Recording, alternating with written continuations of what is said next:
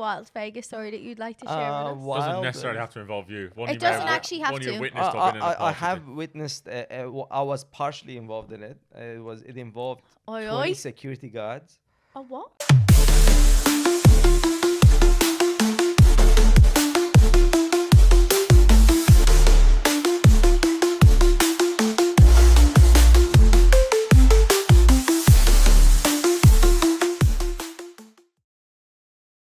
Hello everyone and welcome back to Cry Me the River podcast. Today we have the bougiest guest that we will probably ever have, but definitely have today.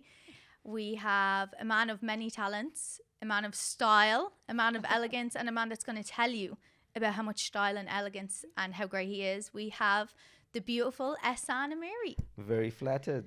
I'm actually going to stop really quickly. It's going to stay in, but I should have asked before it. I want to make sure that every time I say your name throughout this podcast, I pronounce it correctly. Yeah. Ehsan Amiri. It is Ehsan Amiri. Ehsan. And I'm Irish, so keep that in mind. No, but I just did, right. Before it started, I mean, if you want to say it perfectly, it's Ehsan, but... Okay, Ehsan Amiri. Because, very funny story, when Poker News first started to cover you, they spelt your name wrong at one thing. They said, Ehsan, yes. Ehsan. And a lot of Aussies used to call you Ehsan as well. And I used to say his name. I was like, his name's Ehsan. Who, O'Grady? Yeah, but he can't speak, so he's okay. He's just jealous. It's a jealousy thing. But thank you so much for joining me today. Thank you for having me. I feel very honored. This is your first podcast. It is. It's my very first podcast ever, so I'm a newbie. Which is so good because you love the limelight and you chose me. I think when you're super shit hot, which you already are, but in ages down the line, you'll come back and be like, where's my residuals? Yeah, we'll come back here with the main event bracelet. Oh, brilliant. So we were just saying, Will and I, we actually know you quite a long time now. Can you believe you know me 4 years? Yeah. You've seen me through different phases, for sure. It's been a while. It's been a while. It's been time. A journey. But we actually, me specifically, I know a lot about you, but weirdly I know very little about you. And it seems as though, but who knows? There's actually a very funny story that I can insert here where we had an ambassador called Chad Arabuch. Everybody knows Chad. And he was doing a shit job as an ambassador, frankly. And he used to do this funny thing where he'd be like, I'll bring new people. But he would he tried to claim the Yazbeks. And I was like, you can't claim them. They've come here forever. But his claim to fame for us is he actually was the person who brought you to the Marconi first and foremost. Did he not? I can tell you he did not. Oh, what a joke. I did give him a lift to Marconi once. You're the designated driver from the city. Because it seemed like about 4 years ago you started to play in the room, and obviously our room is way far out. Were you playing in the Star before that? I was playing just a couple of weekly games at the Star to begin with. That was just my very first sort of venture into the higher stakes.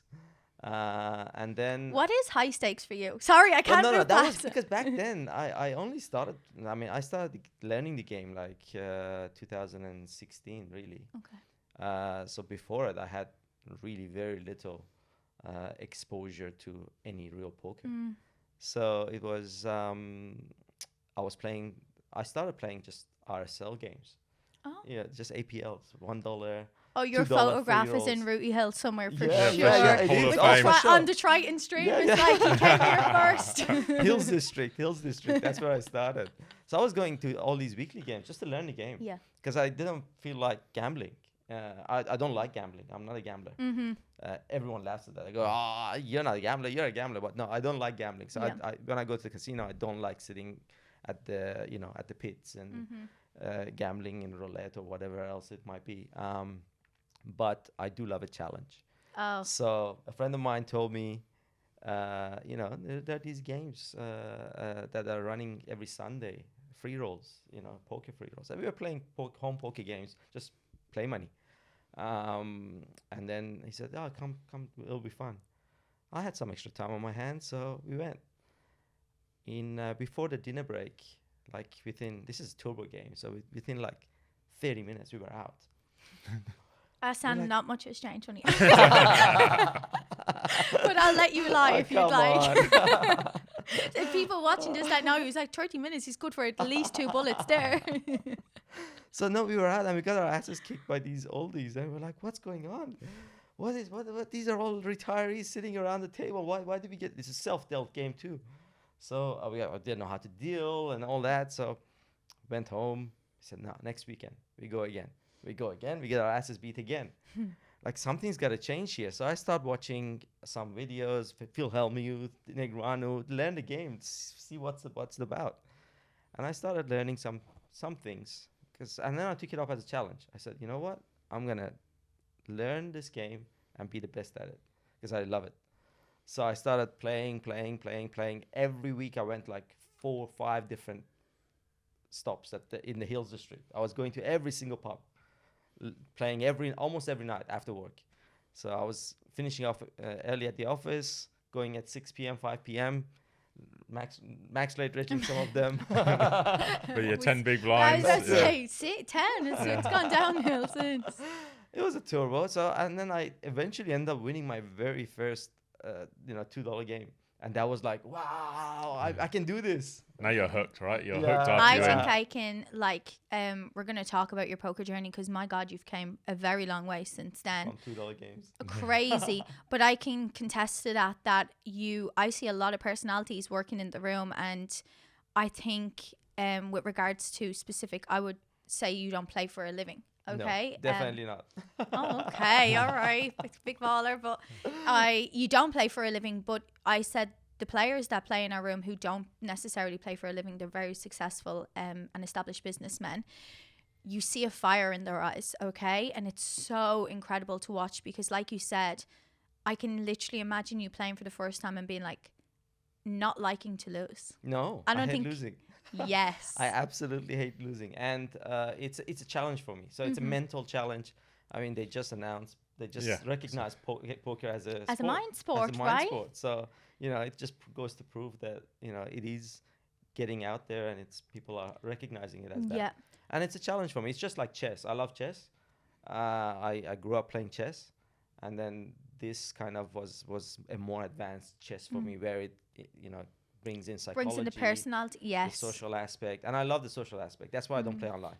Yeah, I do not play online because I don't like the non-social aspect. I was about to say it's a good correlation that you don't play online, and you mentioned that you don't like gambling, whereas online is still poker, of course, but there's definitely more of a gambling aspect in the sense of it's purely maths. It's purely.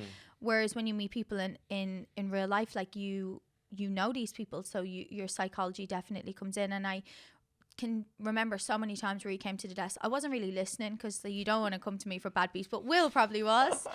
But in the back, I listen and I hear you say you get frustrated when you know the person better.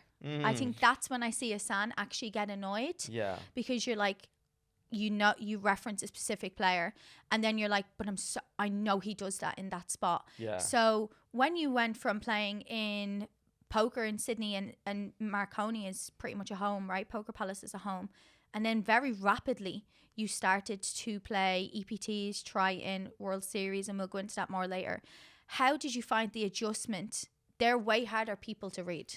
They are, yeah. Yeah. There's I try and sort of, when I sit at the poker table, I start an interview process.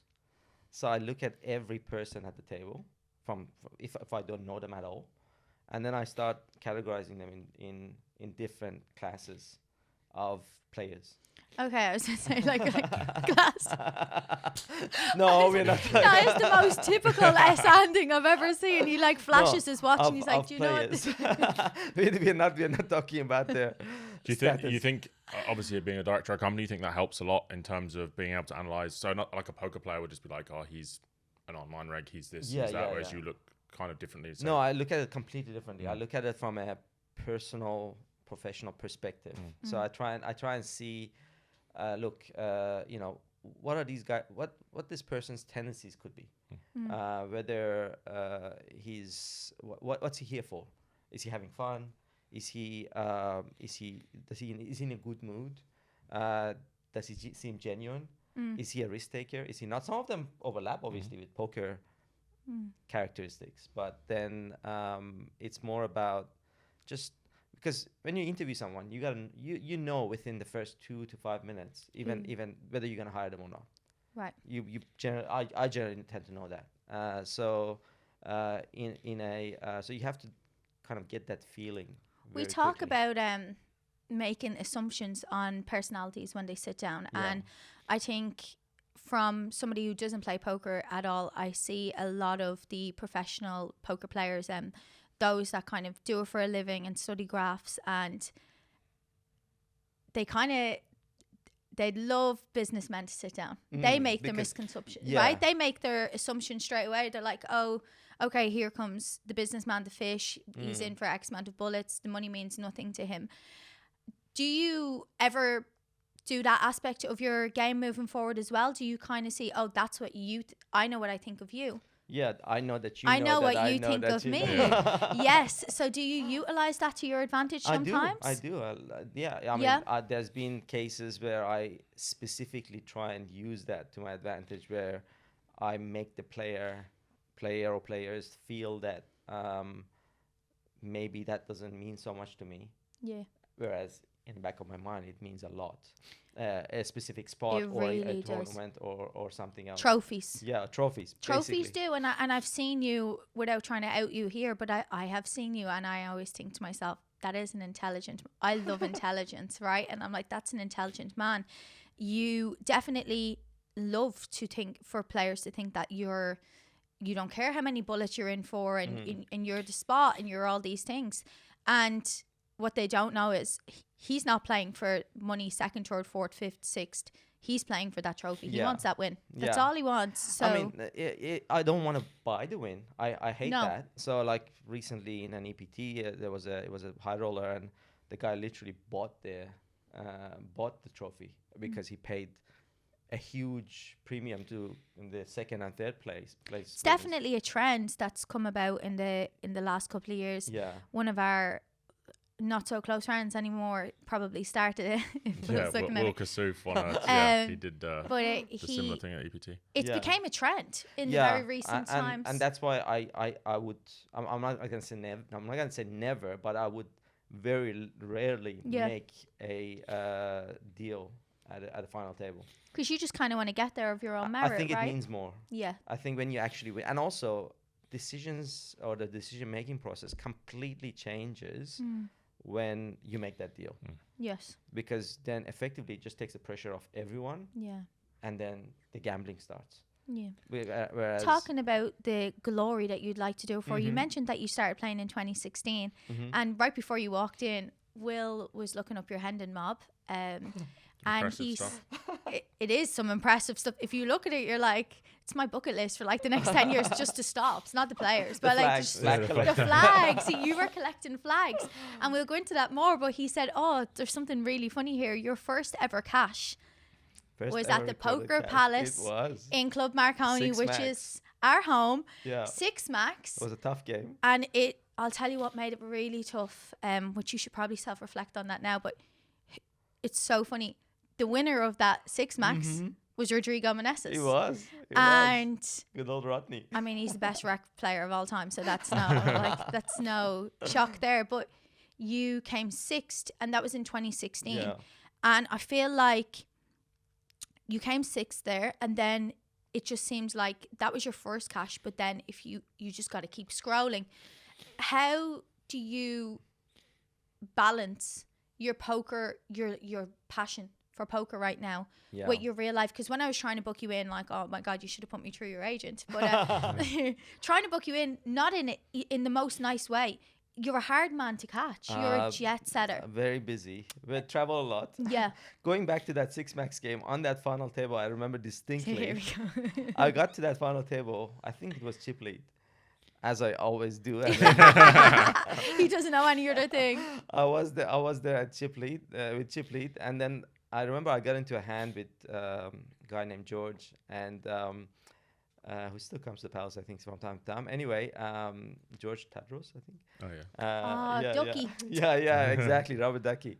And I remember we got into a hand, and then big pot. I think it was first versus second or first versus third in chips, and Rod goes, ICM be damned. At the time, I had no idea what ICM Well, I see. means. Yeah, you were probably laughing and then looking it up on the side. ICM? What's he talking about? Oh wow, it's crazy. So I did come sixth because I ended up, you know, I've learned a lot since then. Obviously, my first cash, I had no, and it's a continuously learning game. I'm continuously refining my game. So yeah, anyway, that just reminded me of that. Will that still comment. does, especially when you play in the Palace. He's like, fuck, I can't play with these guys. Every day is a school day. They do their own. Yeah, they do their 100%. own mix. It's definitely a different trajectory playing in a full-time room like ours on a consistent basis to then playing in fields of people that are, first of all, thousands deep. Yeah. They're from all over the world. So you're still trying to make these personal reads and stuff like that. But quite a lot of time that advantage is taken away from you because they may not speak English. Nobody might know them. Like, you get on your phone, I know you sent, does anyone know this guy? Like, whatever. How did you, entirely different world. Where was the first time that you went overseas to play? Yeah. So I always planned on learning the game, getting good at it, and then traveling different stops and playing the game, just for fun, not as for living or anything like that, just for fun, for the challenge. And then I was planning on traveling to World Series of Poker just before COVID hit. So COVID hit, obviously we had 2 years of no travel, so I couldn't go anywhere. So it's just this whole You were stuck in your travel bug penthouse, got- really? Yeah. Okay, I'm so sorry for you. So the travel bug really started, biting me. And then I ended up, we were playing tennis with Ray, actually. It was, I think, late October 2021, I think. Just when the borders had just opened. We were playing tennis, and he said, I can't remember who, I think he said Sean Ragazzini. He said, he's on his way to Vegas for poker, for the main event. I said, what? You can still make it? He said, yeah, you can make it. There's still, they got one extra flight, so you can make it. I was like, really? Okay, I'm off. So I go back home, book the flight, and next thing you know, I'm on a 39-hour flight from Sydney to Singapore to Tokyo. I remember watching this at that point in time, and I remember, I'm not too sure who it was, but I was at the time we were watching your stories, and they were like, fuck, he must really love poker for sure, because it was such a, you had to go around the whole world because to get I there. couldn't get a direct flight, so I went right around. It was like a 36, 39-hour transit, and it was like, I don't know how many hours on the plane. Ended up getting to Vegas. Played a couple of small games. I played the mini main, and I played another one, just as a This was warm-up. your first time in Vegas? First time in Vegas. First main event? First time ever. Wow. First main event. And then we sit down at the main event. I was going to ask you before this, we were touching on the main event. So Yep. obviously I used to play poker for a living. Yeah. So obviously when you start playing, you play sort of like 200, 300, 400, and then move up Yep. as your bankroll moves up or as your... Yeah. So you obviously move up quite quickly because it's not as much money orientated. It's more about the skill that I feel I've been ready yeah, for. I was going to ask you. So like when we play a bit bigger, or like you take a shot, as they say in poker, where you're like playing for much more percentage or more financially than you should do. Do you have any? Was there any fears when you moved up in terms of, maybe? Obviously, because you're just doing it for fun. But yeah, my very first big jump was playing the 5K in Melbourne, the high roller. You came like fourth or fifth in I round. won. Oh, you won! Actually, that's the week before you came to yeah, market. yeah. Yeah, that was Wow. your big breakthrough. The jealousy is coming in. He's trying to take No, away sorry. the wins. And then Chad said, "Oh, we brought Yeah. So that was my very first big win. Actually, no, that was my very first trophy. So that was the high roller 5K Melbourne champs. So that was my first sort of foray into this world of high roller. Oh, and then you area. were like, oh, I can do this. I was like, I enjoyed it more because I felt like there was a lot less gambling, okay, a of lot more course. strategy. People were thinking more. I could outplay them during in the streets rather than just flipping for 50-50. Whether we're gonna am I gonna win this one or are you gonna win this one? I hate flipping, by the way. Yeah, you do. I know. part of gambling, right? So I was going to ask you in line with Yeah. your first main event. So my first main event, Yeah. I've been playing poker like 5 or 6 years. I played a few like $1,000 or $2,000 events, Yeah. pounds in the UK. It was my first 10K. I was insanely nervous. Like Yeah. I was quite well studied, but I was incredibly nervous. Like when I sat down, I was like Yeah. shaking. Like, I just wonder what you feel like in your first main event, because I think it was like, A, the money for me, but B, also the fact that I've been watching this for like 10, 15 years, like a dream to play. For me, it was definitely the dream. Like going to Rio, going to the Amazon room. It was the last time it was running. Yeah. Your dream was going to Rio. Yeah. You got there and you were like, that building with all the colors. No. Yeah, the building, the casino was all wrong, but the room, was just right. And I had just watched Hossein, who's a good friend of mine now, Hossein Ensan, win the main event. Like 2 years and before. he's like a business guy who also plays a lot of poker, or he would say he plays poker now? He plays. Yeah. I mean, even before he won the main, he was playing poker full time. I wouldn't say he's a business guy, but he's non-traditional. I mean, we can talk about the friends later, but yeah, so he kind of gave me that boost that look, it can be done, you know. So and I went there, and I had a strategy. I had a plan of how to play.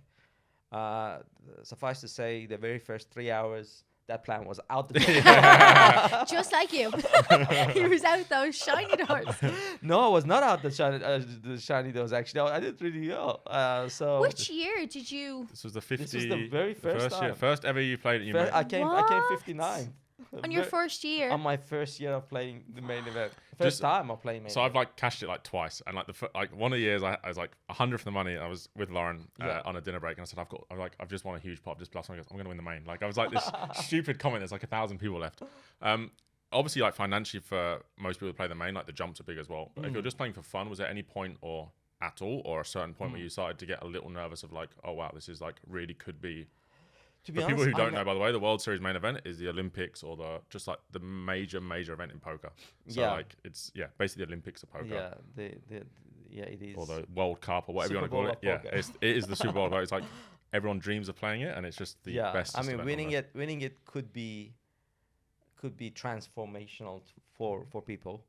For me, to be honest, at no stage in the tournament, like all the way to the end when I busted 59, did I think about the money. I was not thinking about, I'm going to win $10 million. I mean, it's nice to win $10 million. Honestly, I tried to keep a straight face for most of that, but oh my God, that is hilarious. But like even $10 million would be life changing for like 99% of that field. Like obviously there's some wealthy people, business guys that play it, but that is like the one prize pool where it's like monumental to everyone. I think for me, it would change my life in a way that I would play poker differently. Yeah. And not that I would play it for a living, but I would just play different stakes of poker. I would play different people. It's also pretty sick. I mean, we said before we started rolling, whereas like most other businessmen, they don't do it for the fame, but you definitely. You've always done it for the fame. Look, I did a so when we got down to 100 or 70 actually, when we got down to 70, they pulled us all aside and we did a little interview in a room much like this. So they asked us questions. So they start putting the clips together for the winner, for the ultimate winner. And that's when I started getting a bit, a little bit because there also wasn't many internationals that year, right? Because there was like one flight they added on, and it was very few Australians. Obviously, Sean also went really that year, but there was very few internationals. So it was like that was when I feel like everyone knew who you were. Yeah. That's when like everyone in Australia was like, wow, it's Ehsan. Like it's one of ours. I know. The message, you must have got like hundreds of messages. Was it day 5 or 6? I think it was. Day 6, yeah. Which is like, I was getting a lot of messages. But I got a response. I actually remember being like, I'm gonna message Ehsan, and then someone said to me, he's probably getting 100 messages right now. I was like, but I'm lower. And good on you. You actually responded to me. You're like, thank you so much. Because I was just we put up a post for you on Facebook, but we were kind of delayed because a lot of other operators put up posts at that time, and as they should, because it's an incredible achievement, insane. And I put up a post for you, and I was like, for me, I'm so removed from the poker industry entirely, even though I work in it. I'm not a player, right? So for me, because we run so many events, I remember Ehsan sitting in the room. We had a series at the same time, which was genuinely electric for our room, because so many people wanted you to win. Yeah. Genuinely, so many people wanted you to win. Lots of people have told me that they were watching it on the screen. We didn't even have a tournament clock up. We just had you on every screen. Wow. We just had Ehsan on every screen, and our staff, everybody was watching it, and we genuinely were all like on edge, being like, "Oh my god, how's he doing?" I remember. I think that was day 4 when I was on Table of Death with a whole bunch of super pros. And I remember the room was outraged, and they were like, "This is a setup. Yeah, it's I had rigged." Jason Kuhn, Chance Kerneth, Berkey, Brian. I forgot his surname. There was basically like add up their life earnings, their poker life earnings. It was. And like it's your third account. But it's the first 3 years of business. Were you nervous at all? Like, there's one point you were chip leader with like 100 and... Yeah, I was chip leader day. Well, I was one of the top 3 stacks in day 3. Because you're still relatively new, although you've had a few results, and like obviously because you don't play online, there was like the 2 years in COVID or 18 months you didn't play. Yeah. So you're still quite relatively new, especially to like the bigger stakes. Yeah, I hadn't touched cards for the whole duration of poker. Sorry, poker. Oh, COVID. Yeah. Yeah. So I didn't go near cards at all.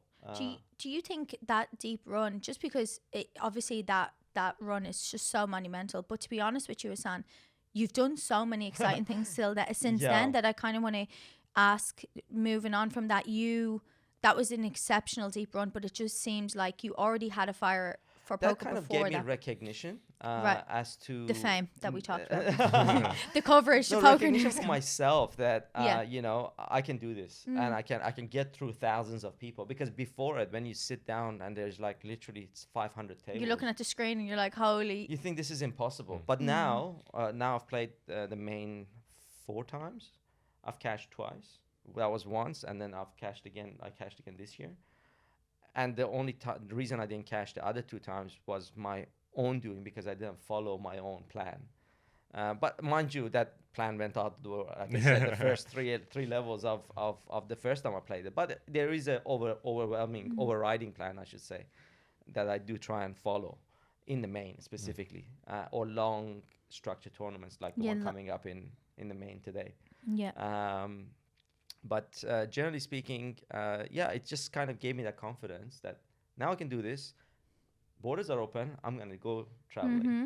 It seemed like the next year, it's so funny because the next year, I got a message off one of my friends who works in EPT, and he was like, Lord, there's this guy here, do you know him? And he sent me the name, and I was like, no way. I was like, he is the nicest guy ever. And it just seemed like then my friends from back home that worked those tours, they saw you all the time. Yeah. And it just, that year was it was like COVID. Breakout year. Yeah. It was such a breakout year. It just seemed like you went EPT. Yeah, and then I love the EPT stops. I Yes. mean, I love the way they run it. I love the atmosphere.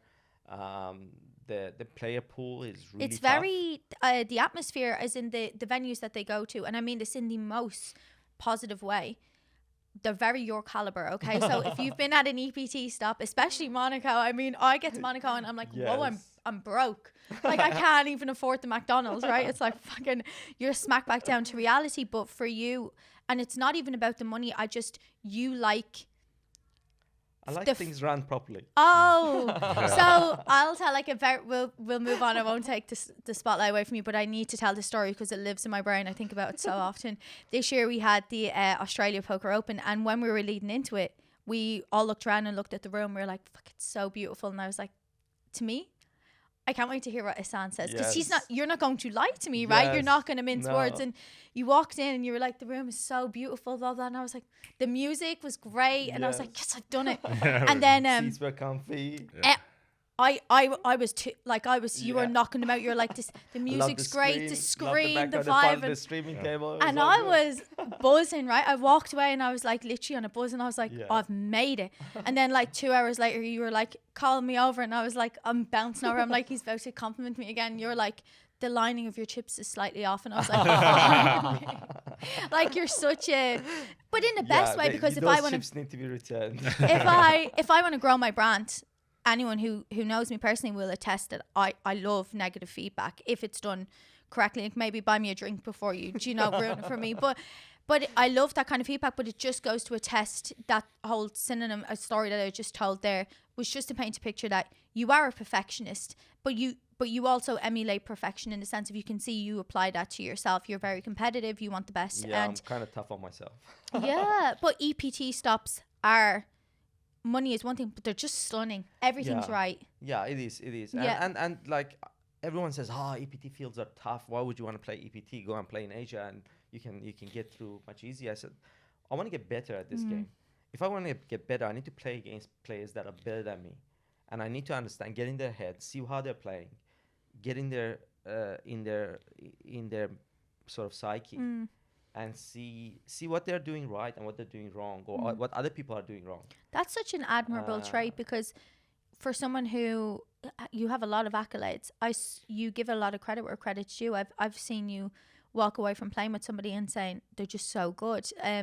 That's a great trait, and I think it's going to do you wonders. Already has, but it will do you wonders in your journey into the poker career, because you do genuinely want to play. I know we joked where you were like, you got the table of death, but that was just how it transpired. But looking back, I think if Ehsan was to pick a table, I think you picked that table. Oh yeah, I would any day. Yes. Any day. And I survived the table of death. They didn't kill me. You know, I went in with a good stack, and I came out with a good stack. And that was just day 4. We got through 2 more days. Yeah, that separated the boys from the man. He such a walked away. marathon. He was like, Yeah, write my name down. You know, But 2-hour blinds. You know, we're laughing. so you mentioned a lot of stops there that are stunning stops. You then went on to play quite literally. I mean, you're wearing the top today. I don't really understand why you wouldn't wear it. Your top, I'm pretty sure maybe I didn't. Is actually. this what you're referring to? Yeah. I mean, do you know, imagine coming to someone's podcast, right? And wearing, I mean, if it's going to be Nice any other merch. brand, It is it's nice fine. merch. It's pretty funny. It's stunning merch. But you're wearing, obviously, the beautiful Triton. Very elegant.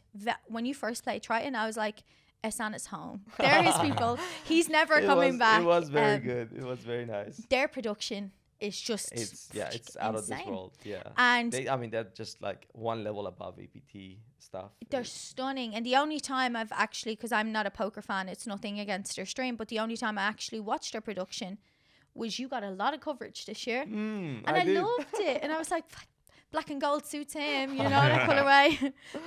But you started playing Triton. Yeah, I was in Paris for EPT. I wasn't planning on going to Triton. So I went to Paris. I did well there. I bubbled the FT of the 10K again, the high roller. And I went deep in the main as well. I cashed like 5 out of 7. You've honestly events that I had played. an I had a exceptional... good Not season You're that- about to say you've had a good season, but you haven't. Yeah.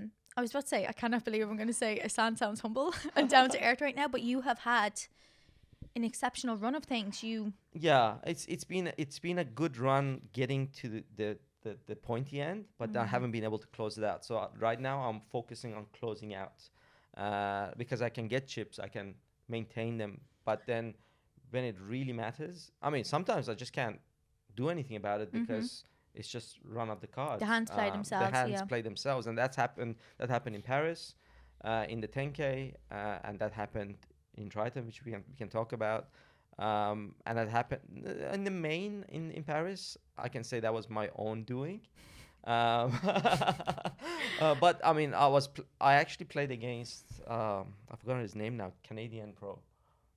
He went deep in the main. Griffin? No, he went deep in the main, and he has won the EPT main before. His name's gonna lose. Anyway, I actually didn't recognize it because he had changed so much. He was sitting to my left.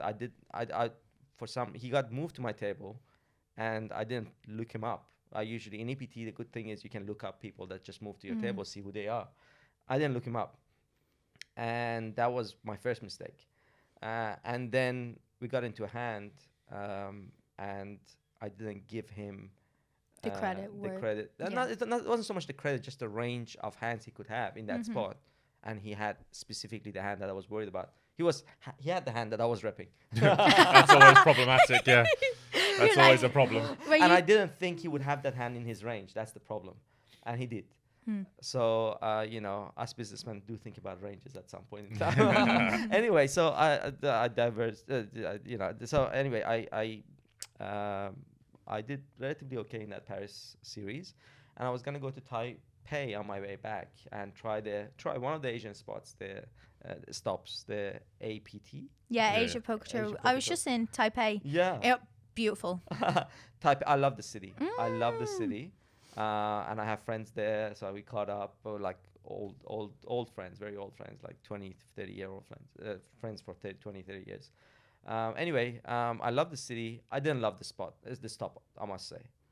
Not my style. Yeah. Way too cramped. Low roof. For the guys that are running that series, get more bathrooms in that spot. Or just actually change the venue. Actually, and I'm not even just saying this to be in their good books because I just met them, but I can't let it go without saying it because it would be dog. But they are moving. So Good. APT, they've outgrown their stop, which is like an exceptional problem to have, right? I mean, the guy who runs that, there's multiple guys, but the one I'm referring to, Neil, anyhow, he's such a visionary. Like when I sat next to him in September, I was like, well, shit. I walked away and I was like, I'm not good at my job.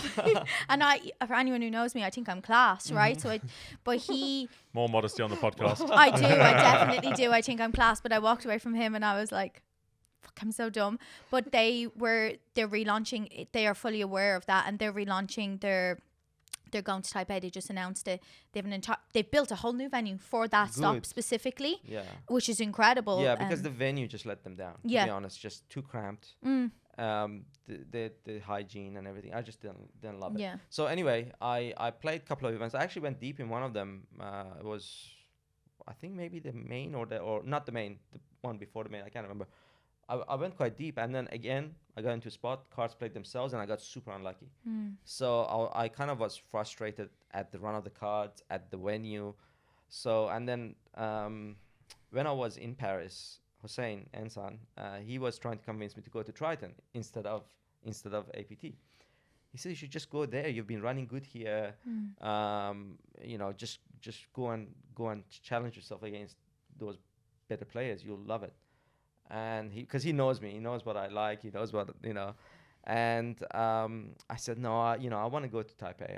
I don't want to go and play at 25K, 50K. I like, it's not about the money, but I just don't want to put that much real money into poker life. Well, I was about to ask, I've obviously watched you over the last couple of years, and although one trait that you share with a couple of businessmen in Sydney that is such an admirable trait is you'll never, this is probably the only poker pun I'll ever say in this podcast, but you never put your money in debt, right? No. As in you're a big enough man to look at the field and be like, oh, I'm not at that level yet, but I will be. You're very good at being like, I'm not there yet, but I will be. And we have a few guests who talked about pinch me moments, and it's hard for someone who has lived such a full, well-rounded life with incredible pinch me moments. But I have to think that Triton would have been that for you, where when I always wanted, I mean, you watch the streams, you want to play. Everyone wants to play. Everyone who plays poker wants to play Tritons. But it was just, I felt like it was too much of a gamble. Because at the end of the day, there comes a point where you're going to have ace king suited, the other guy's going to have jacks, and you're going to have to get it in for... I was gonna ask you about that. So this is the hand you're discussing is when there was 9 left and you're like 1 and 2 in chips in the 25K. So 11 left. 11 left. 11 so for a person who say a professional poker player, that's like a big hit for them because it's a very big financial swing in terms of they win the pot, they're probably going to win $1 million. 1.4 million up top. So did that? So it's funny that you mentioned when you first played in the Palace that you had no idea what ICM was, but now these spots are entirely ICM. It's probably in your brain. Yeah, definitely. Did it affect? I was going to say, did it affect you at all? Because obviously, say for example, I guess it's a shot taken in regards of it's your first 25K, I think. So second, maybe? It was my second 25K. But my you first say 25K it's 20... was PSBC in Bahamas. Okay. Oh, lovely. But you say it's a 25K, but just to clarify, that's not... We're Aussie. You're US. Aussie. It's basically 40K. Which is... 40K Australian. Yeah. Which is bigger than any buy in Australia has. So even even that sort of shot take moment, did that affect you, that big flip, or was it just a normal... Look, looking back at it, I think I was just in the moment, just looking at my chips, not looking at the dollars again. Same thing that happened in Barcelona, same thing that happened in the main event. Once I'm in the game, I don't think about the button. Sorry, do you think that gives you an intrinsic edge that others may not have? Sometimes, yeah. I mean, yes, because you're playing the game but at the same time, it's also a disadvantage because even though I'm detached from the money aspect, they are not. So I've taught myself to take that a bit more into account. So when someone takes a big spot against me, I need to reevaluate what that money means to them, and then make a decision on that basis. But in this case, I left the decision to him, and he was willing to gamble because, you know, I mean, we can ask him about the reasons he was willing to gamble. But the commentators at the time said yes, the fact that he did this, you know, he 3-bet with the intent of calling a 4-bet jam, was that he was willing to gamble. When I was first in chips, he was third in chips. Oh, and this okay. is against Alex Theologist, so he's a good player. And we were playing together for the whole duration of that day, almost. Oh, not whole duration, but we played for quite a few hours. And I knew for a fact that he doesn't have aces or kings. I knew that for a fact based on the sizing of his 3-bet. Did it sting? It did. I mean, it didn't take me out. That hand did not take me but out. It changed the whole. It changed the dynamic of the game. So I went from first in chips to eighth in chips. But then, you know, you ask Mario Mazbek what eighth in chips means, he'll say, "Oh, I can win with that." Yeah, he did because recently. he went from ninth in chips in that game, so he had 2 big blinds to winning the whole thing. Wow. It just shows never to give up. Never to give up. I had 5 big blinds when I got to the final table. He had 2. I was just going to ask in terms of mentality. So when you play in Australia or even some of the EPT fields, you're basically like recognized as like the high roller guy, or you know, you played bigger blinds. When you go to Triton, do you feel like you fit right in, or do you feel like a bit of it's not to be derogatory, a smaller fish when I go to Triton, I feel like they see you as less experienced, or they see me as less experienced player, which is true. I play a lot less poker than they do. I probably play the amount of poker that they play in 3 months is probably what I play in a whole year. Amount of hours that they put in, and thinking about poker and talking about poker and studying poker. I don't study poker as such. You know, I've got 3 companies that I have to manage. Well, I was about to say, when you work, touching on Will's question there, do you feel as though, for me, poker has been an incredible journey, because I just turned 29, but the life experience I have is exceptional, and it's just based on all the different people you meet. And I'm lucky enough to get so much incredible advice from businessmen such as yourself. You've helped my brand tremendously over the years, and glad to hear that. You really have, because if I ever want honest feedback about how to improve, I do come to people like yourself, because I admire you. You put in the hard work, you put in the effort, and I just wonder, for someone who's already such a successful businessman, I do tend to wonder what those dinners on Instagram that I follow, I'm like, what are they chatting about? So has it been good for playing more of those stops and playing with more like-minded people who might do the same things? You have a very good friend called Samuel, who has an app called PokerBase. I definitely wanted to say that, because you guys were so lovely to me this year Very for good APO. app. I use it all the time. Very good app, and I wonder, has it helped business at all? Have you met any? I mean, I can't say that any of my poker connections have turned into a big business dealing yet, but that's not to say that that's not gonna happen. So far, I have had chats. It has kind of given me ideas about some things that I employ in my own businesses, but not so much that it has directly created some sort of a partnership that I go and get into partnership with anyone in the poker world from a business aspect.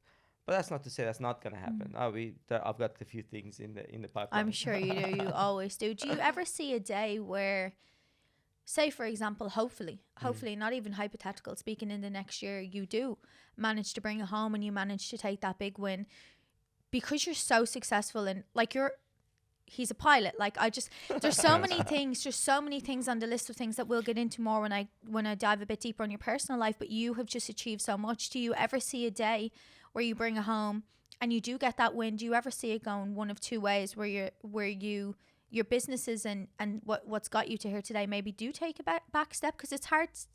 You mentioned to me it's hard to balance. Look, I love what I do. In terms of, so I love my profession, what I do. I've got an engineering background, so electronics engineering, manufacturing. I love it, and a lot of people rely on me in that field. Yeah. Because you're brilliant, you have an acquired skill. I actually always wanted to know, like, how are you so rich? like I really want to know it. I had like damn hard. Yeah. He does work damn so hard. I've been working since I was 13. Oh wow, really? Yeah. So, without, you can share with me however much you want. Did you come from an affluent background? No, very average. So we migrated. My parents migrated to New Zealand, Auckland, when I was 13. And what's your origin Persian. back? Persian. Yeah, correct. So yeah, from Iran. So no, we didn't. I mean, we weren't poor, but we weren't like you were working. Either. When you migrate, they sold everything back home to come to New Zealand, migrate to New Zealand. So and there was a tough immigration policy, so they had to put everything that they sold, all that money into an investment to be able to get the points, PR points to be able to migrate. So we weren't poor, but at the same time, I had no sort of handouts. The investment that I got, or the handout that I got from my dad, was I asked him to buy me a bike. So he bought me a bicycle, and I went my paper runs. So that was my first job, doing paper runs. Oh, I love it. And I made enough money to buy my first computer. And then I taught myself how to use the computer. Then I went and got a job in an internet cafe. And then it just then I started my engineering degree, and then got my engineering jobs. And I was working full time. The whole time I was in university, studying and working. So I was working a full 40 hours, actually more, 50 hour a week job, and studying full time. I love to hear it. So I actually do. Thank you so much for sharing that with me, because fully self-funded. So when don't have any stakers. But like legitimately self-funded, because so at what point you mentioned that it sounds like you were always entrepreneurial though. I wanted to. I had a drive because my parents sacrificed so much. Much, and also every household has got their internal arguments. They always argue over money. Don't spend on this. Why did we spend on that? And I told myself from very early age that I'm not gonna argue. I'm not gonna have any arguments over money. I'm not gonna worry about money. I'm gonna do something that I'm not gonna have to worry about money, and then that way, then I can focus on life. That's incredible. That's honestly. So I just worked hard, and I figured out from an early stage that you just have to work hard. Just put in the hours, work hard, and then you get there. And what's so admirable about you is it's like I can attest that I'm going to tell like a really, really funny story that I just remembered. If Rod's watching this, he's probably like, "Fuck, I can't believe she told that story," but it was such a embarrassing but natural moment. You were buying into one of our events, and you were like counting cash or whatever, and I had asked you, how did it go? Did you get this apartment? Because I knew you were on the wait list, and the apartment is so stunning, overlooks the Opera House, the bridge, and like if there's any New Year's Eve invites going, you can genuinely send them my way, But you got the apartment, and I remember being like, "Did you get the apartment?" And you were like, "Yeah, I got it." And Rod was like, "Where's the apartment?" And you gave him the address, which is obviously prime. Anyone he lives literally on top of the Opera House. It's incredible. And I remember Rod saying to you, "Oh, like I know it's really hard to get into that. Do you rent?" And you stopped counting money, and you literally looked at him, and you were like, "You think I was on a waiting list to rent?" And I was like, "No, I own it." And then you just went back to count, and I was like, you walked off, and I was like, "In the bin." You just had it. But it just go to show that to reach that level of success is such an insane level of wealth. But it's crazy to me, like when I was asking about poker being a sport and a passion run, you're not slowing down. No. There was no point where you thought, "I've made it." You and I think that goes back to your upbringing and your hard work ethic that's instilled into you, where you haven't had a "I've made it, I'm stopping" moment. No. You're "I've made it, I want more." My parents, they don't know much about poker, but I've taught them some things about poker. And my mom always says, what is your end goal here? What's your end game? I said, there is no end game. This is a continuously sort of self-evolving progress. It's a self-development kind of an exercise. And even she said, okay, so if you win the main, WSOP Main, is that it? I said, no, that's not it. No, because now you're a brand ambassador. Now you're a game ambassador. Then I have to go for a triple crown, for a double crown. I have to win the EPT, win the WPT, win the WSOP, Player of the year. You know, we got. There's constantly higher levels that you can get to, and that's how it is for me in business as well. So it's basically stages. You level up. So it's always about leveling up, just like a computer game where you got a character and you're leveling up that character. If you go from a level 1 character, if you take your level 1, I used to play Diablo. I don't know if you know the game. I know, I've never played it, but I know that. So I used to love the game. So, you know, you have your character, your, warrior character. You take him, you can go to any level you want in difficulty wise. So you can just go to hell. They call it hell. You can actually go down to hell. You show up, and a skeleton shows up, and whacks you in one sweep. You're dead. So, you know, you're not leveled up. You're not strong enough to survive that yet. So poker is kind of like that. So you gotta sort of level up slowly, and then once you have leveled up high enough, you go down there and you just sit there, and they keep whacking you, and nothing happens. No. So this is kind of like there are some parities there with poker. You show up to a Triton game. I was on the edge, you know. I was on the edge. I was on the edge of being whacked. So that's why I was kind of being very careful, looking around every shadow, you know. But they finally got me. But you know, it was a good experience. But you're not old at all. You're not. Like, honestly, you look great at all. You're not old at all. And I'm literally just sitting here thinking, okay, if you went from the paper run and then you start working in an internet cafe and then you studied, okay, it's especially a degree such as engineering. Yeah, it's not a I small. got my bachelor's but I started early, and I went to uni when I was 17. Me too. I knew we related because we're geniuses. But come on. So I finished my bachelor's when I was 21. And then I finished my master's when I was 22. Wow. I did like a compact master's degree. Wow. So it was like 22 and a half, almost. Let's call it 23. That's so incredible. And then I came to Sydney. Right. So when I came to Sydney, I started my company after 6 months. You became an entrepreneur at 23? Yeah. Because you just backed yourself so intrinsically. I decided that these guys are not paying me enough to do this shit. So you can't get fired if you're your own boss. It wasn't so much firing. It's just I went to my boss, and I still know him, and we talk, and you know, he's following my poker journey. And I went to him and said, look, you know, I've saved the company $500,000 in the last 6 months that I've been here. Where's my commission? He goes, well, only sales guys get commission. You know, in production and procurement, we don't get commission. I said, okay.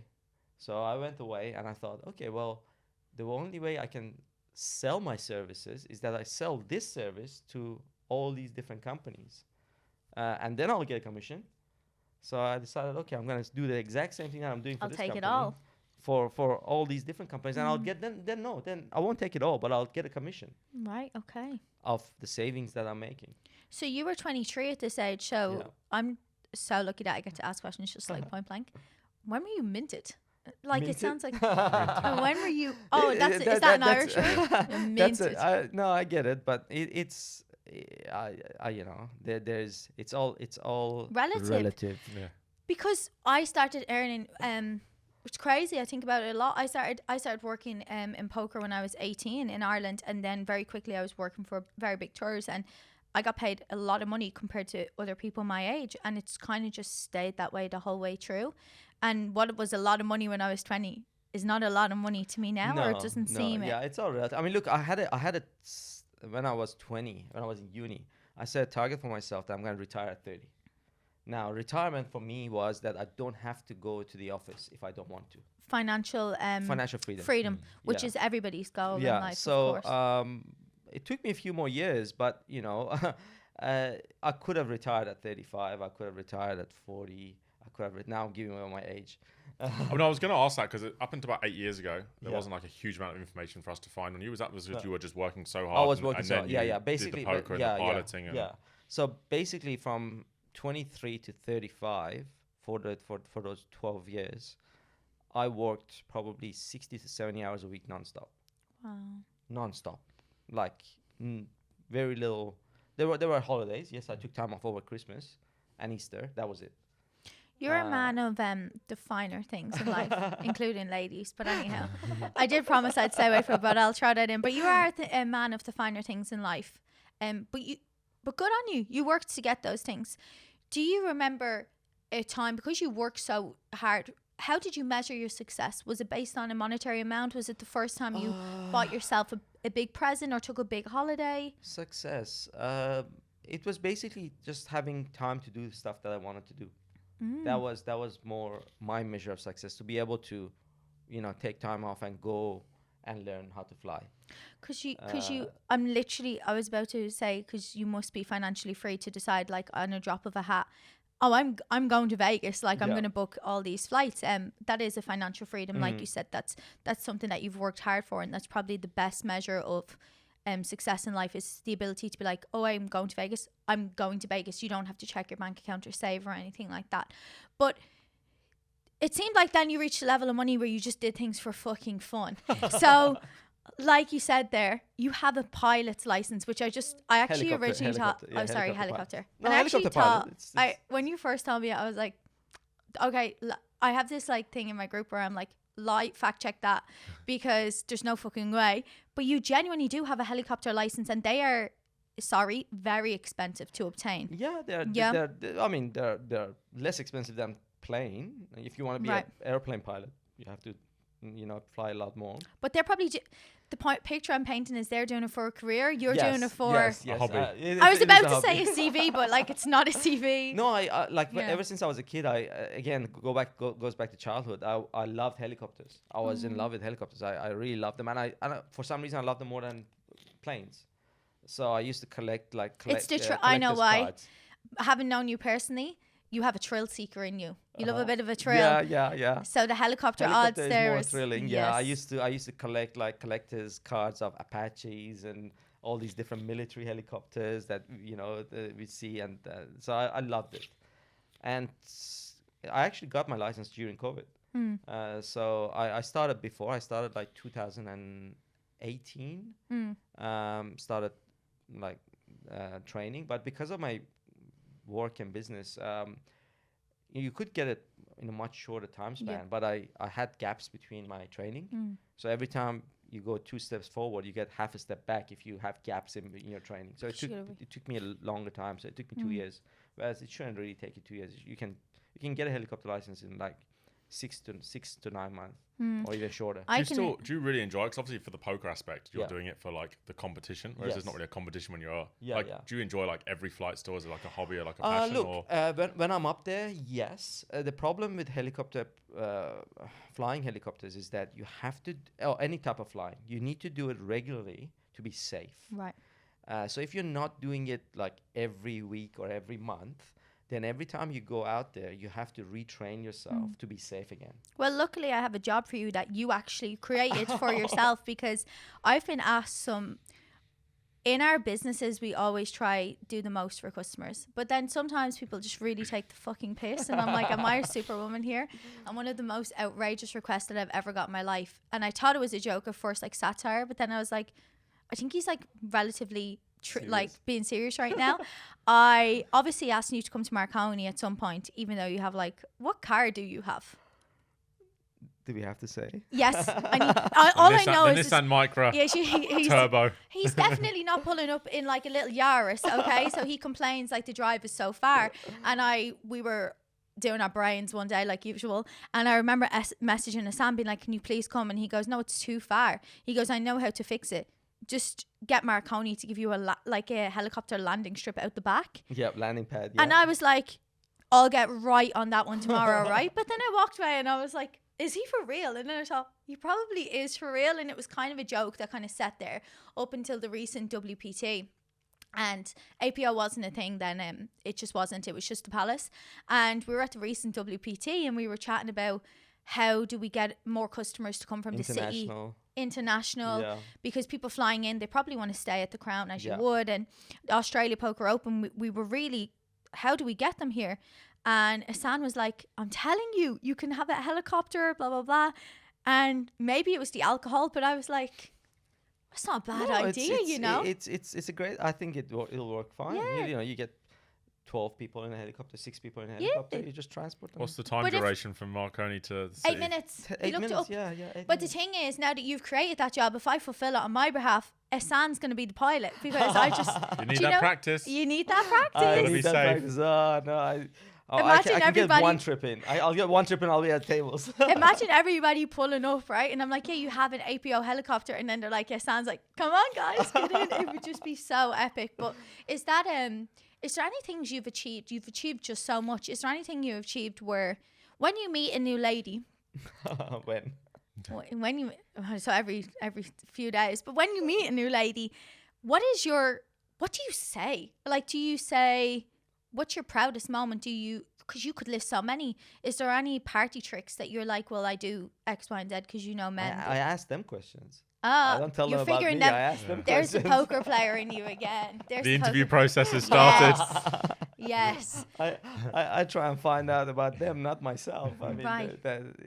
I think you can talk about yourself for all you want. They need to sort of, anyone needs to just sort of get that information themselves by being with you rather than you telling them about something. Oh, I'm so great at this, I'm so great at that. Yeah. That doesn't work. It's such a cool life. But you just have a cool life all around. But for me, being in poker, when you start to talk to people about being in poker, it's such a fascinating trajectory where it's like you say, you go from the Bahamas, then you're in Taiwan, then you're in Paris. It's so fascinating and interesting, and you've achieved so much up till this age. What is next for you? In terms of poker? In general. In general, I've got certain targets in mind in terms of where I want to be in terms of my time. So how I free up my time. Because even though my time seems quite free at the moment, I am not free. I have a lot of commitments to a lot of different people in terms of my companies. So I've got couple of projects that I'm working on in the background, which are sort of my babies, new babies that I'm working on. So I'm trying to get them to a launch stage.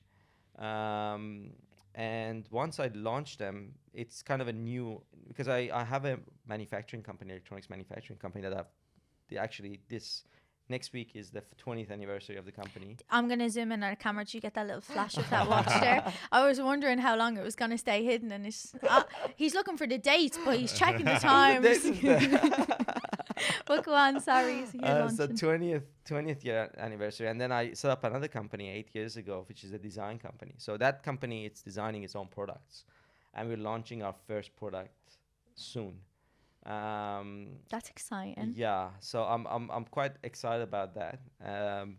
And my sort of one of my goals is that have a successful product launch, because we've got all these services that we provide to other people launching their products.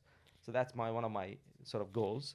In terms of life overall, I want to do that and then try and step back a little bit, a bit more, so that I give myself even more time. To spend on the yacht and the penthouse. Yeah. Is there any other hobbies that you're thinking about pursuing, or any other qualifications that you're looking to get? Probably different. So I'm currently certified for Robinson 22 and 44 in terms of the helicopters. Okay. I want to try and get other certifications for other larger choppers. I'll just that's one thing. In terms of other things, I love diving. So maybe do a bit more diving. I haven't dove for a while. So maybe that, but travel. I love traveling. Yeah, you do. Yeah. Bringing it back to poker, you've pretty much seen most stops in the world. Is there any stop that you've not yet seen where you're like, oh, I want to go there? Do you think you'll move more towards Europe? But now the Aussie Millions is coming back. I haven't been to Bahamas for WSOP, but I'm not going there this year either. Right. Even though they have a $50 million guarantee. Yeah, But I'm not going to that. I'm going to WPT again in a couple of weeks for the championships there in Vegas. We actually just talked about that yesterday. I do love WSOP as well, but I talked about it yesterday with Lynn. insane, that free roll. Like they are free rolling a lot of players into that game, and I think that creates a disadvantage for people like me, where we are buying in and going there and playing a live event for 3 days, and then people are just getting into the money on day 3. So I don't like that. What was your decision then to choose WPT? Yeah. Look, I went to Bahamas for PCA and PSPC. I loved it. I love the way PokerStars set it up. Will actually has a PokerStars trophy from the PCA. Yeah, I do. I got very close in that PCA. I want to flip out, so it was an all-in. Yeah. Very skillfully Do you know how you Skill. said? You know how you said about buying the trophy? Will did that. It was me and like 6 like super high rollers wives And also- playing at like 10 p.m. But also that his PCA was the first time he met Ken Damlakian. And you tell like the funny story. But that's right. without trying to traject it too much, so what was your top beside picking the WPT over the WSOP? So that's what I was saying. So in when I went to PCA, I got deep. PCA is one of the toughest fields you can get. 10K PCA, you would know. I played the 5K. It was the hardest event I've ever played. It's because that stop is very far away to get. It's also renowned to be very expensive. Very expensive. Yeah. And it's just and there are no satellites into the PCA. The PSPC, you get a lot of satellite players. In the PCA, almost everyone, well, a large percentage of the field has bought in or had done a live satellite. So I bought into that, and I came 14th, or sorry, no, 23rd. I came 23rd in that one, in the main event. And that was again a ICM disaster. Suicide. Yeah. But regardless of that, I love the way PokerStars run it. I like the way the dealers handle themselves. The way that the entire operation is just right. But WSOP, they use local leaders, and they use just it's more of a WSOP setup where in Vegas it's the same look and feel of the WSOP in Vegas. Although they've said that this year they're gonna have the apps and you're gonna be able to buy in through Loxon maybe even. But I didn't love Bahamas as a location because even though Bahamar was really nice, when you go outside of the resort, it's not nice. And the fact is, this is like it's a common knowledge that everything is super expensive for no reason. Even though money is not the factor, but it's a piss take. You they have that bridge, and then once you go over the bridge and you're actually in the Bahamas with the locals, everything's like 10% of the price. But everything on the island is in the resorts, you're not getting the service. I don't mind. Like I've been to like Maldives and I've been to like Tahiti, blah blah. You know, all these expensive places that you go to. But you get good service. You get excellent service. I see the only time that it's crazy. My experience in Australian poker and other competitors who I'm close with, their experience of certain players are very different experiences. And it took a while for me to like big myself up because very humble. But it took a while for me to look at certain players and be like, no, they've never been that way to me. They've never been that way to me. And with you, Ehsan, I think hopefully the reason that we've always bonded so much, as you can see in our room, service is very important. And with a player like you who has a choice to play wherever you want to play, I have seen you come off specific events, and even though the field size was great, the guarantee was great, there was a lot for first, you're like, I don't like it. They don't listen to their customers, which is incredible. Now that I know more about you and your background, it would probably be very similar to mine, where you are very customer based and feedback based, and if you notice somebody can afford and can do better, they just don't want to and they don't want to spend the money, you tend to be very not stubborn. That's probably a negative synonym, but it's not negative what I'm saying at all. You're you're not getting my money because you don't care about my experience. You don't care whether I'm having a good time. I mean, at the end of the day, I'm there to enjoy myself, and I'm taking time off. Like the entry fee that I pay for a tournament is a very small percentage of the time that I'm putting in, both in terms of the time and the value of that time. So like I track again through PokerBase. I track the number of hours I play during the whole year. This year so far, I've spent in excess of 1,200 hours playing poker. Yeah. That's and as a businessman, you can convert that to you turn that into an hourly, and it's just crazy amount of investment. eclipses any entries that I've paid.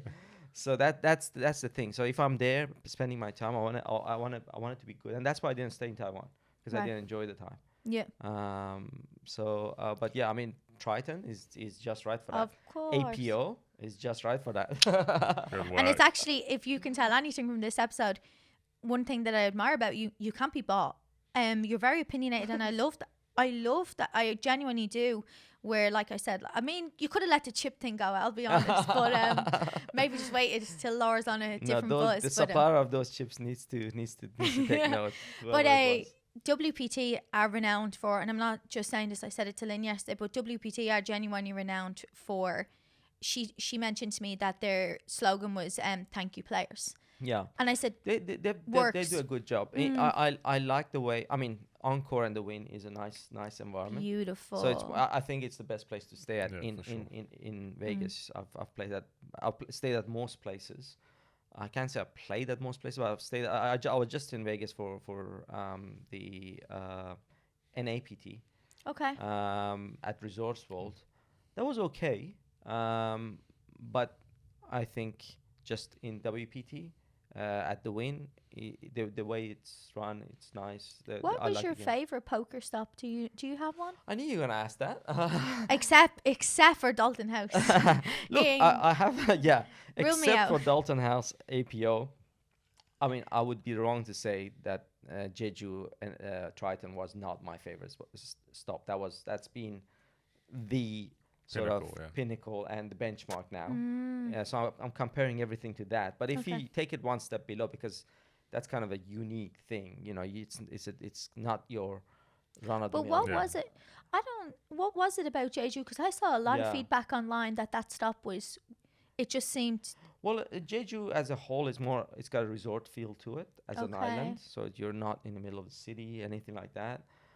It's kind of, everyone that's there is just there for poker. So, and you see all the stars, right? Everyone that's, you know, you see everyone on any poker stream is there. Due to your bankroll, you very quickly, a lot of players would have these massive stars that we see online and the greatest in the world, and you see it in Vegas every year where you see them in passing, right? So they're walking past you in the halls and whatever, and you see a lot of players like, oh my god, there he is. But because of your bankroll, Ehsan, it was very quickly that you were sitting on the felts with them. Yeah. Do you have any specific players that you're still kind of starstruck by, or do you have any idols? No.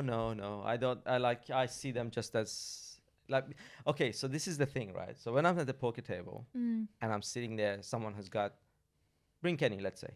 So you know, I'm friends with him. We exchange numbers, etc. So 77 million. He just won another 5 million on top. That's so insane. So when I see that person sitting on the opposite side at the table at 77 million, and that's their profession, I compare their poker life earnings to my life earnings, not my poker life earnings, but my life earnings, my revenues, my company revenues. So I say, okay, that's your what company. Are they? I can't say. I won't go into that, but let's just say that I'm not worried about. It's all relative.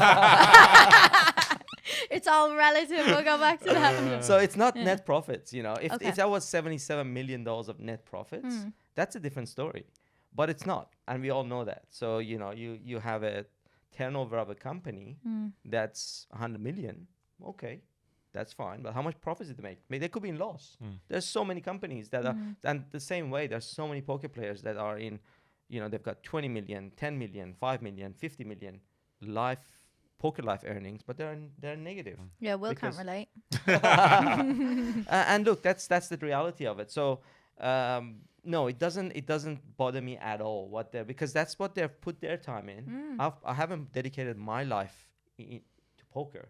If I had, I'm sure I'm quite confident I would be in the top 10 in the world. I love it. I literally love it so much. You're so humble, because I was literally just about to ask, is there a player whose style then at least that you like, but you're probably like, no. Style was no, I do. There are no. You said like you know. No, but I was starstruck. But style wise, yeah, there are plenty of players that I like their style. Like you know, there's so many, but like Espen. Okay, I like the way he plays. Maybe a bit too technical in some cases. Maybe he doesn't take into account the social aspect of the game a little bit. He can do with more of that. But yeah, he's very technical. He's very good. Live, Tim Adams. Okay. He's I think he plays quite well. Who else? Mario Mosbeck, he's quite good. He's up and coming. He's an interesting one as well because he came as a professional footballer very late to poker. And so he's playing quite well.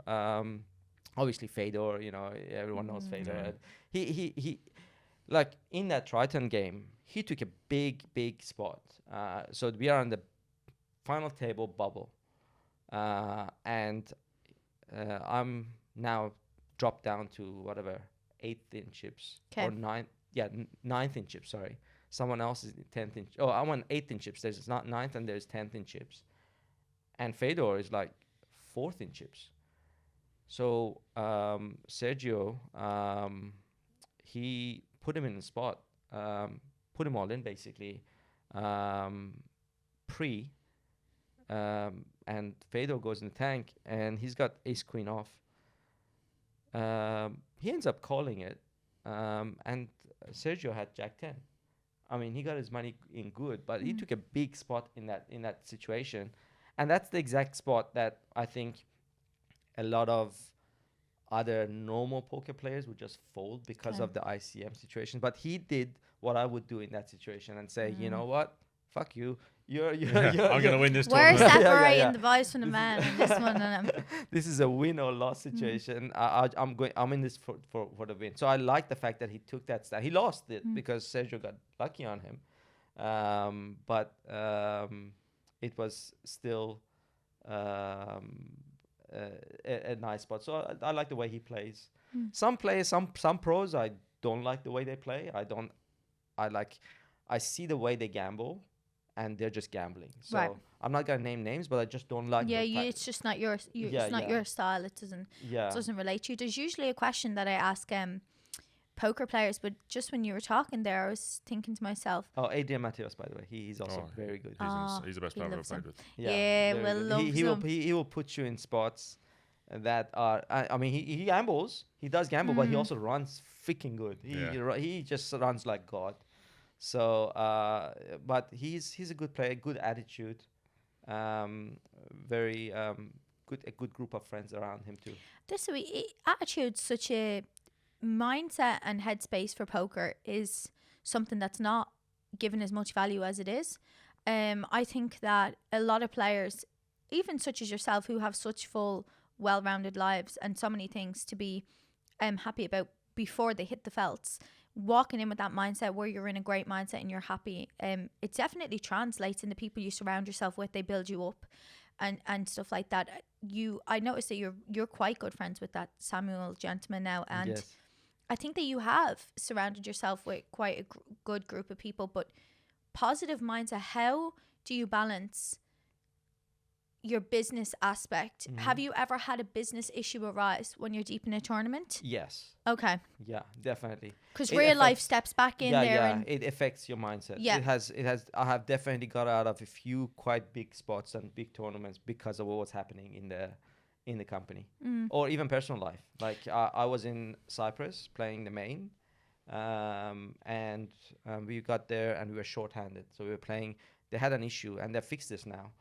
Where people would buy in advance but not show up to the table. So you end up playing shorthanded for like 2, 3, 4 levels. And this was the 4th level we were playing shorthanded of the main. And we are 4-handed. And we've got I forgot his name, but we had a German pro at the table who had position on me. Actually, no, he didn't have position on me, but you feel it. He was getting hands, and he was just in a 4-handed situation or 5-handed situation, short-handed situation. Ranges changed, so I had to call him a lot lighter than I would normally in a full round table. Anyway, while I'm playing that, and in this situation, I see news that my auntie has just passed away, and this was a close auntie of mine that I grew up with.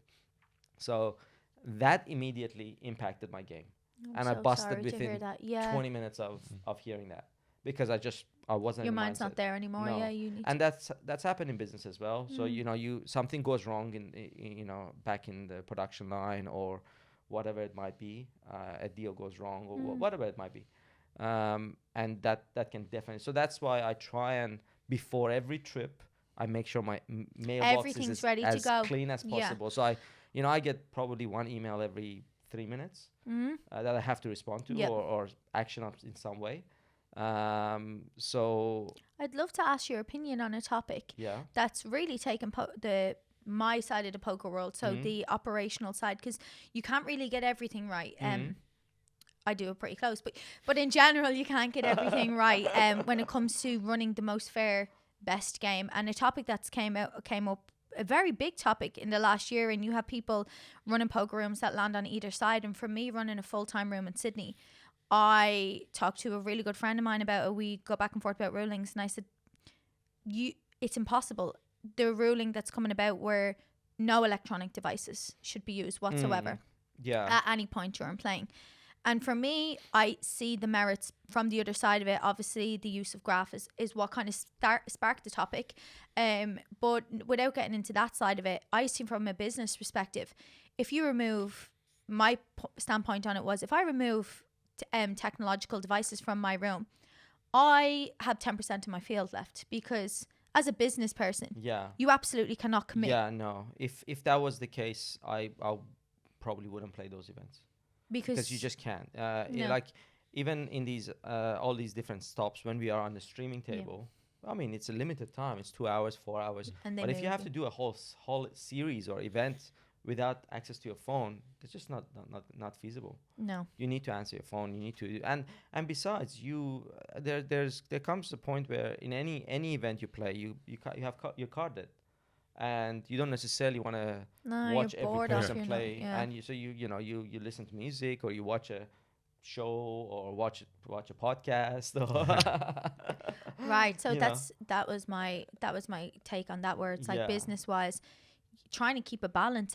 How do you do it, Ehsan? Like, how do you keep a balance between? So say for example, you're about to go to Vegas in a few days, but if something very big was to go up, which usually, so first of all, I book like 3 or 4 flights.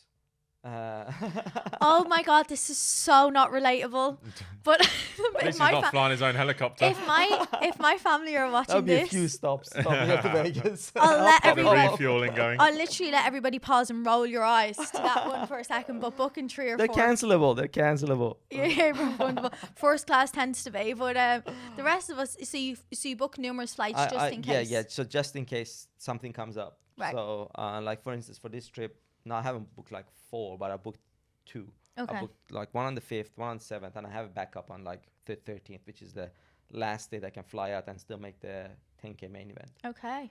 Having said that, I'm planning on leaving on the 7th, but if something comes up, some major thing was to go down, but our business is planned, long-term planning. So it's projects that we deal with is like 20 weeks, 16 weeks in advance. So it's a long. We know what's coming. It's not like suddenly someone is going to come to us and say, "Hey, I want this made tomorrow." Yeah, doesn't happen. I was going to ask you. I've asked poker players moving forward, where I said there's a segment on my show where it's called "What Happens in Vegas Stays in Vegas Till It Doesn't."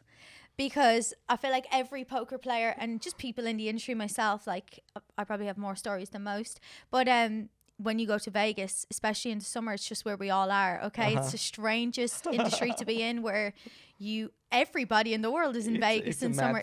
It's so much fun, right? You get on a flight from Australia. It's like 20 hours, right? And you get on a flight, and for me, having been back from Ireland and England, I'm like walking down a Vegas strip, and I see so many Australians and then so many Irish and English, and I'm like, it's so strange.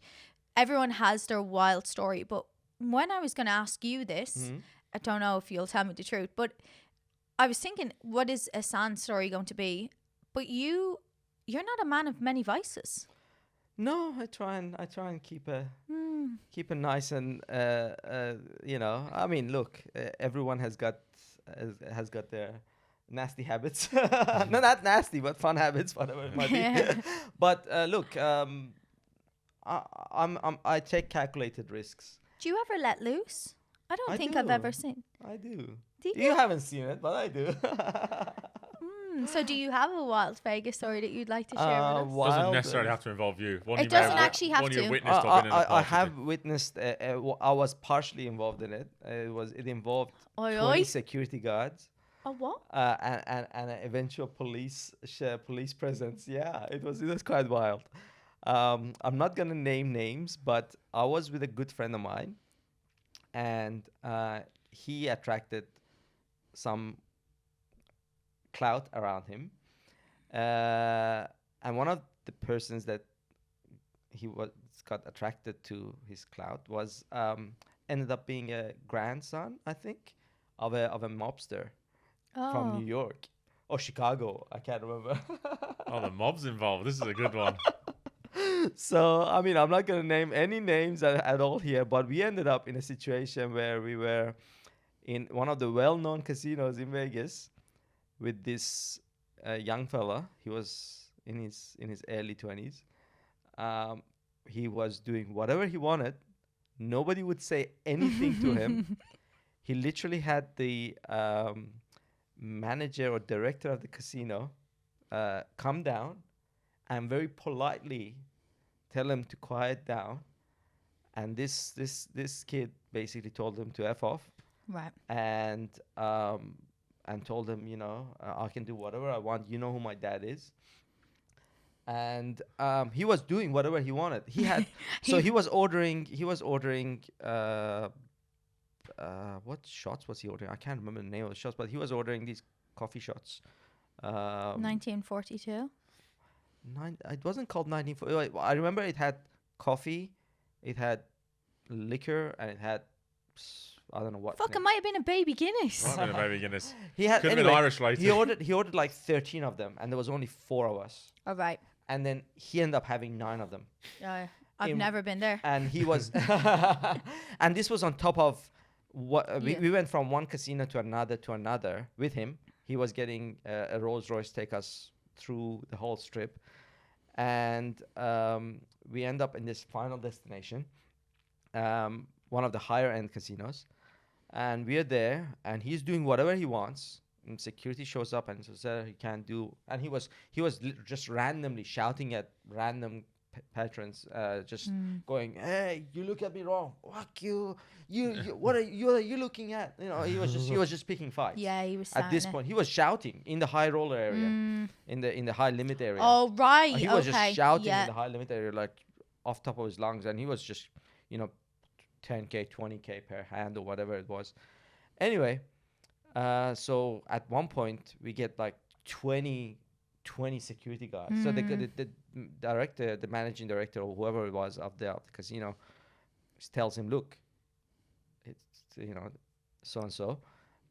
If you don't calm down and just quiet down, just calm down. If you don't calm down, I'm gonna have to call security, and then they're gonna have to call police. Yeah. And he goes, I don't give a fuck.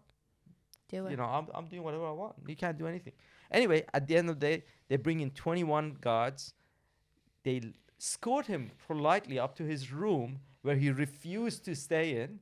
Aww. And then they held the door. So we were there, and they told us, do you know this guy? And me and my friend and our other friend, we were like, well, we kind of know him. We just met him in the other casino, and you get a bit mortified in those spots, don't you? Because you're like, I wouldn't. Yeah, I mean, because you don't know what you're gonna get yourself into. You don't know what this person's background is. But I did look him up later. I didn't look him up at the time, but I kind of got the feeling, Then you get like the poker Dateline. senses, the spidey senses come in, and what's going on here? Why isn't he not getting kicked out in the first minute? Like he would have literally got kicked out in the first minute if he was in Australia. Or any other casino, or if he wasn't who he was. Anyway, so long story short, he ends up getting held.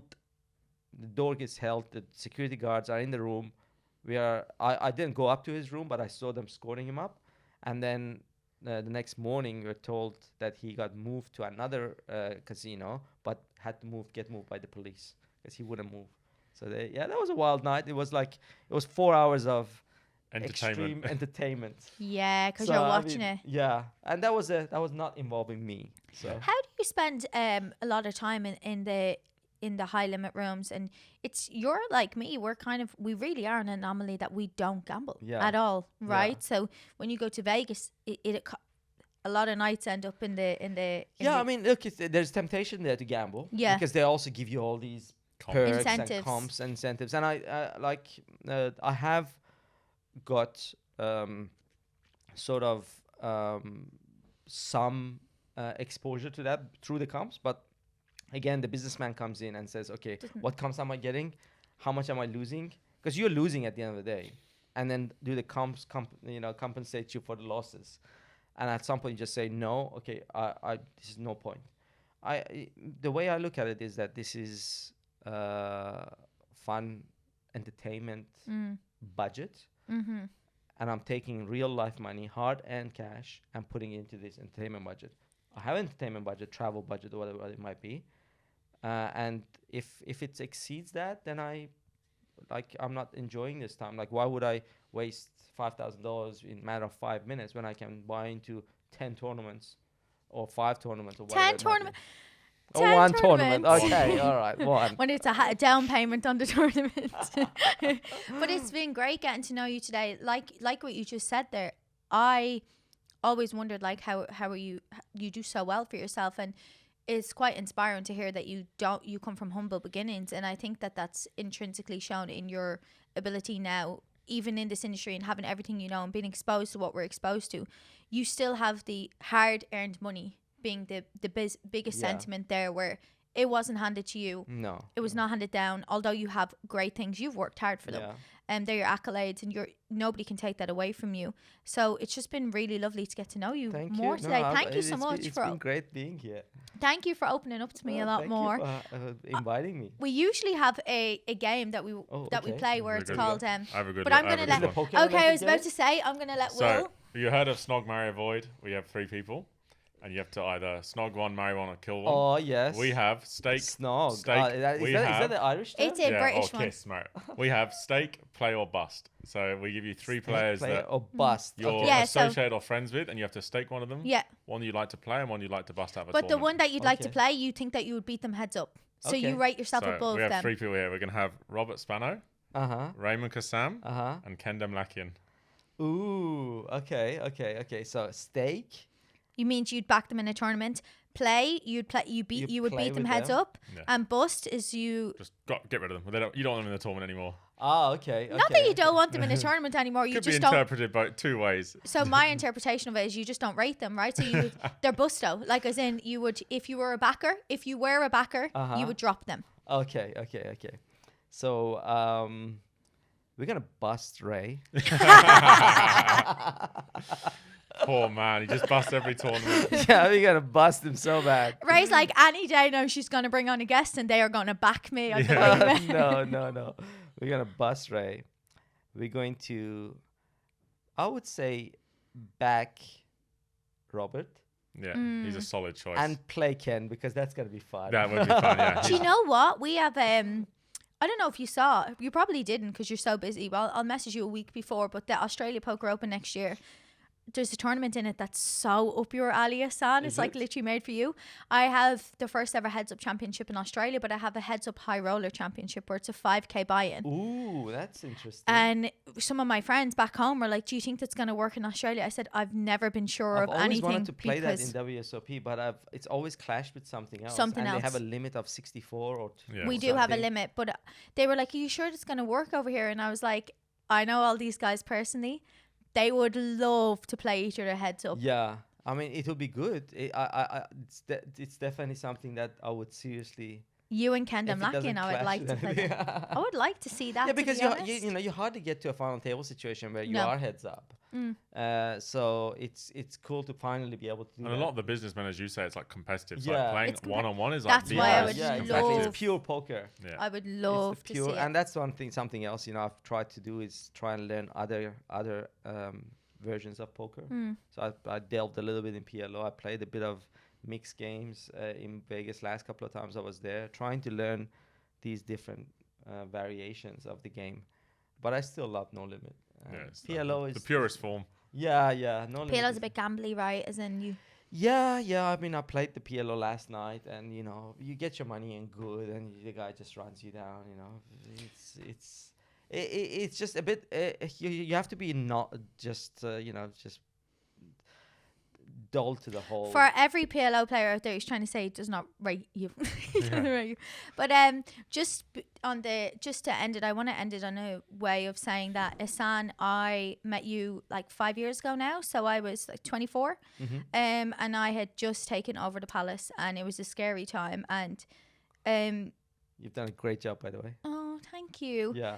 But I was saying the best part of my job over the last those 5 years, your name has just popped up all over the world, and I'm sure it's just going to keep being visible more and more than ever before. And when I think of the variation of the Ehsan that the whole world knows, while that is very much you, I'm blessed enough to know you on a more personal level, and I, even more so after today, I just have so much respect and admiration. I'm just honoured that you're a guest here today. No, thank you so much. And it's been wonderful to get to know you. And I am going to be so excited to watch you in the future. And whatever comes next, just know we will always. The main event bracelet is coming. And the next podcast you do, you can wear APO merchandise. For sure. Yeah, I'll design one just for you. We'll do a nice black and gold for you. Make sure it's Amiri brand. Yeah. Yeah.